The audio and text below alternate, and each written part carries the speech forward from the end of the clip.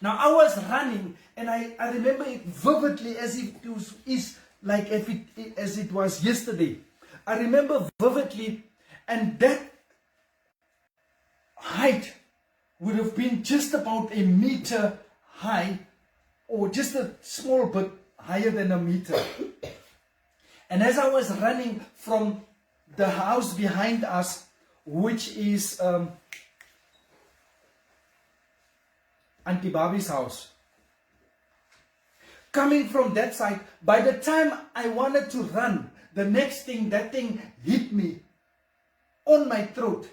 And you know the throat, the moment something hits you, it stops you from breathing.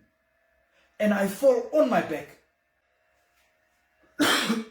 That makes me, even up till today, I feel the fear of dying.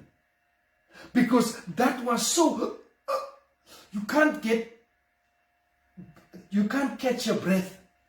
Because it's not just the throat that gets cut here, but it's also the falling on your back